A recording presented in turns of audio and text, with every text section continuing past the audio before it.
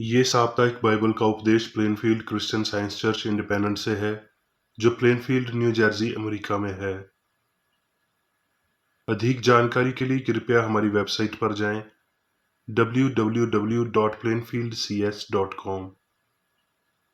आपके अध्ययन के लिए ये पाठ रविवार 31 अक्टूबर 2021 के लिए है।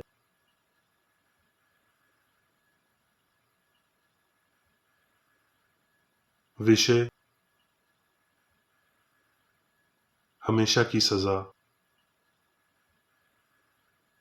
स्वर्णपथ। अय्यूब। देख, क्या ही धन्य है वो मनुष्य जिसको ईश्वर ताड़ना देता है, इसलिए तू सर्वशक्तिमान की ताड़ना को तुच्छ मत जान।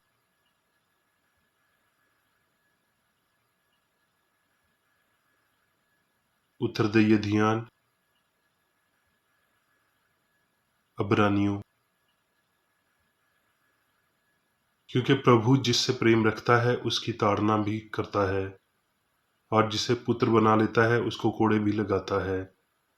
तुम दुख को ताड़ना समझकर सह लो, परमेश्वर तुम्हें पुत्र जानकर तुम्हारे साथ बर्ताव करता है।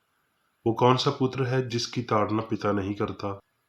यदि वो ताड़ना जिसकी भागी सब होते हैं तुम्हारी नहीं हुई, तो तुम पुत्र नहीं, पर व्यभिचार की संतान ठहरे। और वर्तमान में हर प्रकार की ताड़ना आनंद की नहीं, पर शोक ही की बात दिखाई पड़ती है। तो भी जो उसको सहते सहते पक्के हो गए हैं, पीछे उन्हें चैन के साथ धर्म का प्रतिफल मिलता है। इसलिए ढीले हाथों और निर्मल घुटनों को सीधे करो, और अपने पाँव के लिए सीधे मार्ग बनाओ, कि लंगड़ा भटक न जाए, पर भला चंगा हो जाए।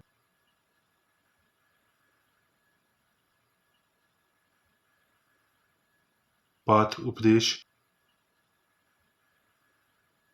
बाइबल में से मीका।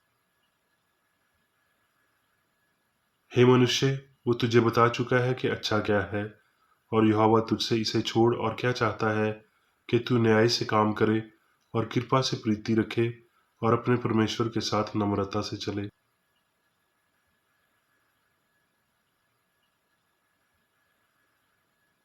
जबूर। क्या ही धन्य है वो पुरुष जो दुष्टों की युक्ति पर नहीं चलता, और ना पापियों के मार्ग में खड़ा होता, और ना ठट्ठा करने वालों की मंडली में बैठता है, परंतु वो तो यहोवा की व्यवस्था से प्रसन्न रहता और उसकी व्यवस्था पर दिन रात ध्यान करता रहता है। वो उस वृक्ष के समान है जो बहती नहरों के किनारे लगाया गया है और रतूमी फैलता है, और जिसके पत्ते कभी मुरझाते नहीं।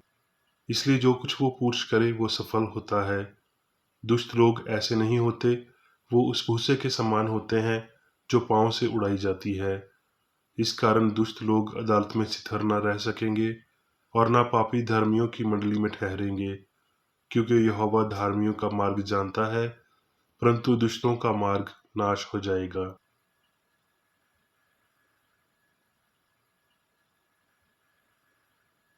राज्य। यहूदा के राजा आसा के 38वें वर्ष में उमरी का पुत्र अहियब इसराइल पर राज्य करने लगा।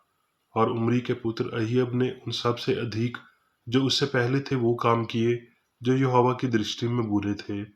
उसने नबात के पुत्र यारूबाम के पापों में चलना हल्की सी बात जानकर सदूनियों के राजा अतिबाल की बेटी यजीबल को ब्याह कर बाल देवता की उपासना की और उसको दंडवत किया। और उसने बाल का एक भवन सामरिया में बनाकर उसमें बाल की एक विधि बनाई। और अहियब ने एक अशीरा भी बनाया, वरन उसने उन सब इस्राएली राजाओं से बढ़कर जो उससे पहले थे इसराइल के परमेश्वर यहोवा को क्रोध दिलाने के काम किए।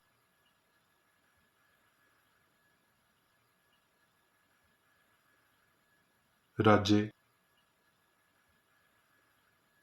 और तिशबी एलिया जो जिलाद के प्रदेशियों में से था, उसने अहियब से कहा, इसराइल का परमेश्वर यहोवा जिसके सामुख मैं उपस्थित रहता हूँ, उसके जीवन की शपथ, इन वर्षों में मेरे बिना कहे ना तो मी बरसेगा और ना ओस पड़ेगी।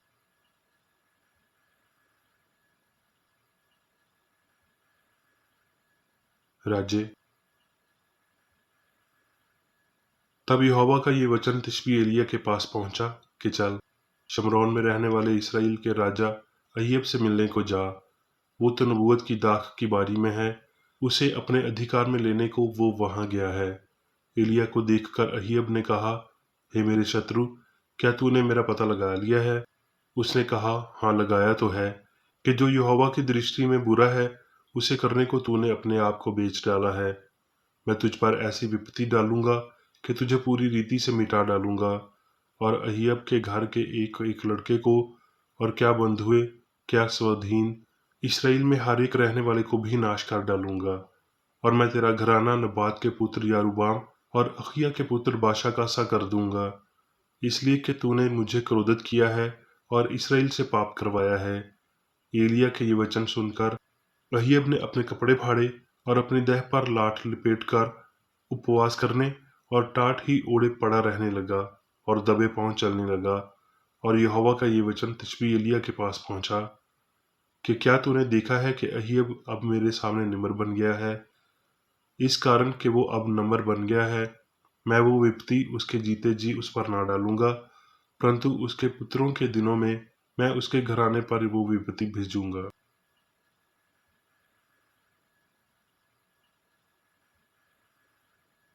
जबूर। जाति जाति के लोग क्यों हुल्लड़ मचाते हैं और देश देश के लोग व्यर्थ बातें क्यों सोच रहे हैं? यहोवा के और उसके अभिषिक्त के विरोध पृथ्वी के राजा मिलकर और हाकम आपस में सामती करके कहते हैं कि आओ हम उनके बंधन को तोड़ डालें और उनकी रस्सियां अपने ऊपर से उतार फेंकें। वो जो स्वर्ग में विराजमान है हंसेगा, प्रभु उनको ठट्ठों में उड़ाएगा। तब वो उनसे क्रोध करके बातें करेगा और क्रोध में कहकर उन्हें घबरा देगा कि इसलिए अब हे राजाओं बुद्धिमान बनो, हे पृथ्वी के न्यायों ये उपदेश ग्रहण करो। डरते हुए यहोवा की उपासना करो और कांपते हुए मगन हो।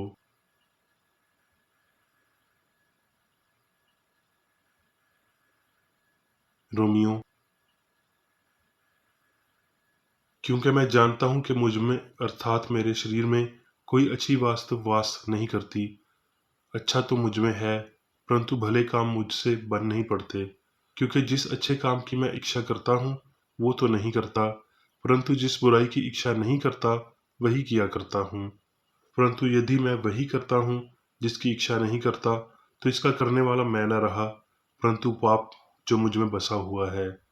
क्योंकि मैं भीतरी मनुष्यत्व से तो परमेश्वर की व्यवस्था से बहुत प्रसन्न रहता हूँ, परंतु मुझे अपने अंगों में दूसरे प्रकार की व्यवस्था दिखाई पड़ती है, जो मेरी बुद्धि की व्यवस्था से लड़ती है और मुझे पाप की व्यवस्था के बंधन में डालती है, जो मेरे अंगों में है। मैं कैसा अभागे मनुष्य हूँ, मुझे इस मृत्यु की दह से कौन छुड़ाएगा? मैं अपने प्रभु यीशु मसीह के द्वारा परमेश्वर का धन्यवाद करता हूँ। निंदा में आप बुद्धि से तो परमेश्वर की व्यवस्था का, परंतु शरीर से पाप की व्यवस्था का सेवन करता हूँ।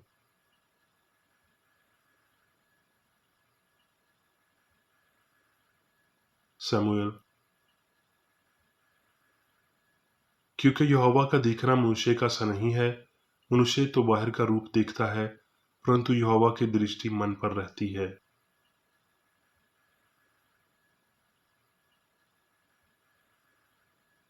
जबूर। यहोवा टूटे मन वालों के समीप रहता है और पिसे हुओं का उद्धार करता है। धार्मी पर बहुत सी विपत्तियां तो पड़ती हैं, परंतु यहोवा उसको उन सब से मुक्त करता है। वो उसकी हड्डी हड्डी की रक्षा करता है और उनमें से एक भी टूटने नहीं पाती। दुष्ट अपनी बुराई के द्वारा मारा जाएगा और धार्मिक के बैरी दोषी ठहरेंगे। यहोवा अपने दासों का प्राण मूल लेकर बचा लेता है, और जितने उसके शरण आगत हैं उनमें से कोई भी दोषी न ठहरेगा।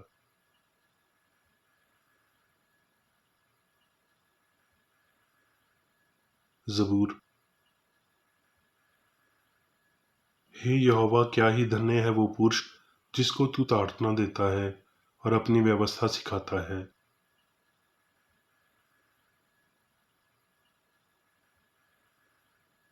अब मैं मेरी बेकरेडी द्वारा क्रिश्चियन साइंस की किताब विज्ञान और स्वस्थ शास्त्रों की कुंजी के साथ के साहस संबंधी अंश पढ़ूंगा।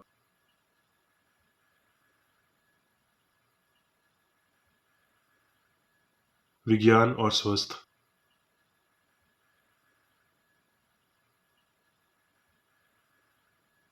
प्रेम की पूजना पापी को सुधारना है।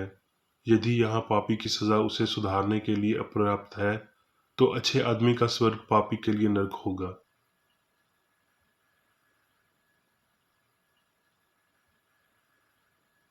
ईश्वरीय विज्ञान पाप के प्रेम को बुझाने के लिए मृत्यु से पहले या बाद में पर्याप्त पीड़ा की आवश्यकता को प्रकट करता है। सजा से बचना भगवान की सरकार के अनुसार नहीं है, क्योंकि न्याय दया की दासी है।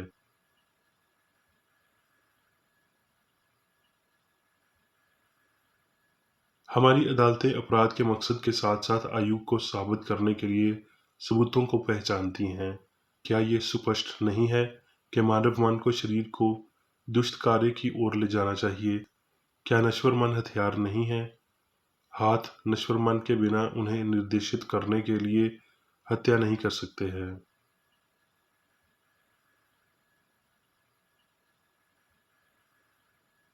नश्वर मन कोई बात नहीं, हर मामले में अपराधी है, और मानव कानून अपराध का सही अनुमान लगाता है और अदालतें मकसद के अनुसार उचित रूप से सजा सुनाती हैं।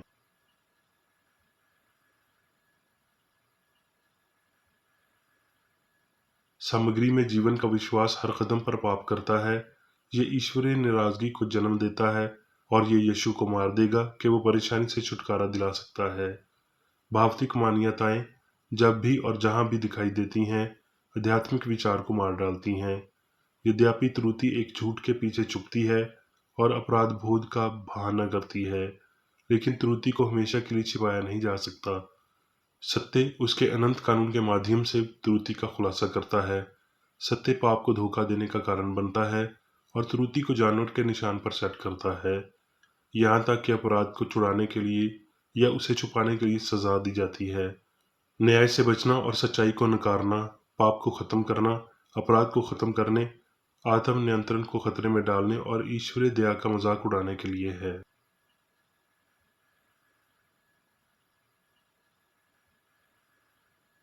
जो कोई भी अपनी विकसित मानसिक शक्तियों का उपयोग भागे हुए अपराधी की तरह ताज़ा अत्याचार करने के लिए करता है, जैसे अवसर मिलता है, वो कभी सुरक्षित नहीं होता। भगवान उसे गिरफ्तार कर लेंगे, ईश्वरीय न्याय उसे संभाल लेगा। उसके पाप उसकी गर्दन के चारों ओर चक्की के पाठ होंगे, जो उसे अपमान और मृत्यु की गहराई तक तोलेंगे।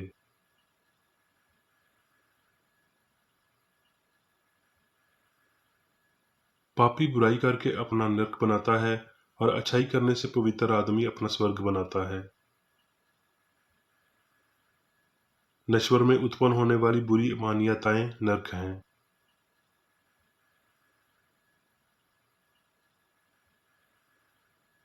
इस सपने को कायम रखने वाले झूठे सुकून से बेहतर है वो दुख जो नश्वर मन को उसके शारीरिक सपने से जगाएगा।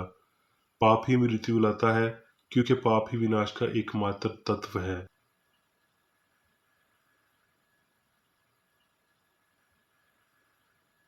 उनके सभी रूपों में बीमारी और बुराई के दावों को बेनकाब और उनकी निंदा करें, उनमें कोई वास्तविकता का एहसास न करें। एक पापी को केवल ये आश्वासन देकर सुधारा नहीं जाता कि वो पापी नहीं है, क्योंकि पाप है ही नहीं। पाप के दावे को कम करने के लिए आपको इसका पता लगाना होगा, मुखटा हटाना होगा, भ्रम को इंगित करना होगा, और इस तरह पाप पर विजय प्राप्त करना होगी और इसकी असत्यता को साबित करना होगा।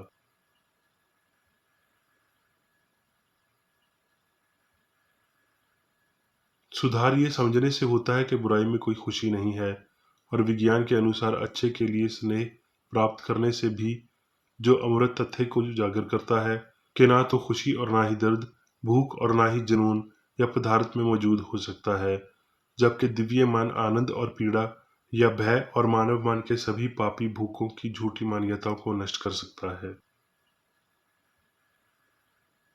बदला लेने की खुशी में क्या दयानी दृष्टि दुर्भावना है। बुराई कभी कभी किसी व्यक्ति के अधिकार की सबसे बड़ी अवधारणा होती है। जब तक कि अच्छाई पर उसकी पकड़ मजबूत नहीं हो जाती, तब वो दुष्टता में आनंद खो देता है, और ये उसकी पीड़ा बन जाती है। पाप के दुख से बचने का तरीका है पाप को रोकना, और कोई रास्ता नहीं है। सजा के डर ने कभी भी इंसान को सही मायने में ईमानदार नहीं बनाया। गलत को पूरा करने और सही की घोषणा करने के लिए नैतिक साहस की आवश्यकता होती है। लेकिन हम इस व्यक्ति को कैसे सुधारेंगे जिसके अंदर नैतिक साहस से अधिक जानवरों का साहस है और जिसके पास सच्चाई का सही विचार नहीं है। मानव चेतना के माध्यम से भावतिक की तलाश में अपनी गलती के नश्वर को समझने का अर्थ है खुशी पाना। कारण ढूंढना सबसे सक्रिय मानव संख्या है।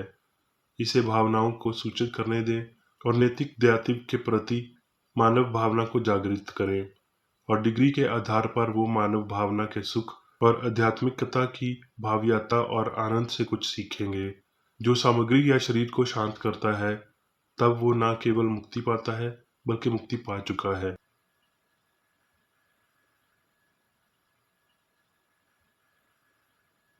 यदि आप जानबूझकर गलत में विश्वास करते हैं और अभ्यास करते हैं, तो आप तुरंत अपना पथिया कर्म बदल सकते हैं और सही कर सकते हैं। पदार्थ पाप या बीमारी के खिलाफ सही प्रयासों के लिए कोई विरोध नहीं कर सकता, क्योंकि ये नासमझी है। पाप, बीमारी और मृत्यु के लिए किसी भी आवश्यकता पर विश्वास नहीं करना। जानना, जैसे कि आप जानना चाहते हैं कि भगवान को कभी भी एक तथाकथित भौतिक कानून के लिए आज्ञाकारिता की आवश्यकता नहीं होती है। ऐसा कोई कानून मौजूद नहीं है। पाप और मृत्यु में विश्वास ईश्वर के कानून द्वारा नष्ट हो जाता है, जो मृत्यु की बजाय जीवन का नियम है, कला की बजाय सिद्धभाव का, मांस की बजाय आत्मा का।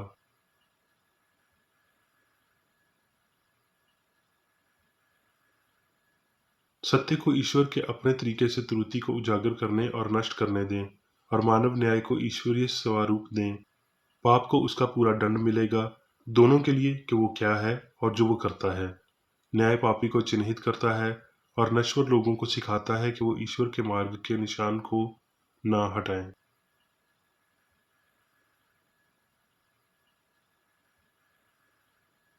प्रेम की उत्तम अवधारणाओं के माध्यम से हमें धार्मिकता, शांति और पवित्रता की ओर अग्रसर होने में मदद मिलती है, जो विज्ञान के स्थल हैं।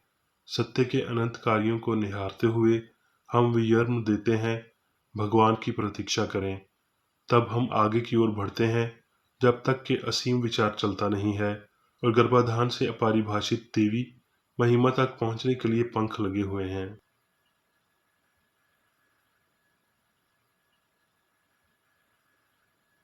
अब मैं मेरी बेकरेडी द्वारा चर्च मैनुअल में दिए गए 3 दैनिक कर्तव्यों को पढ़ूंगा।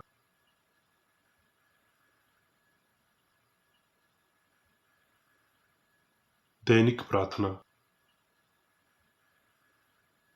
प्रत्येक दिन प्रार्थना करने के लिए इस चर्च के प्रत्येक सदस्य का कर्तव्य होगा, तुम्हारा राज्य आए, ईश्वरीय सत्य, जीवन और प्रेम के शासन को मुझ में स्थापित कर और मुझ पर शासन कर, और तेरा वचन सभी मनुष्यों के स्नेह को समृद्ध कर सकता है और उन पर शासन कर।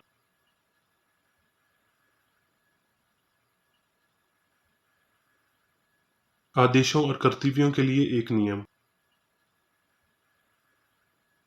ना तो दुश्मनी और ना व्यक्तिगत लगाव मदर चर्च के सदस्यों के आदेशों और कर्तव्यों पर लागू करना चाहिए। विज्ञान में दिव्य प्रेम ही मनुष्य को नियंत्रित करता है और एक क्रिश्चियन विज्ञानी प्यार की मीठी सुविधाओं को दर्शाता है। प्यार में डांटने पर, सच्चा भाईचारा, परोपकार और क्षमा में। इस चर्च के सदस्यों को प्रतिदिन ध्यान रखना चाहिए और सभी बुराई दूर करने, भविष्यवाणी करने, न्याय करने, निंदा करने, परामर्श देने, प्रभावित करने या गलत तरीके से प्रभावित होने से बचने के लिए प्रार्थना करनी चाहिए।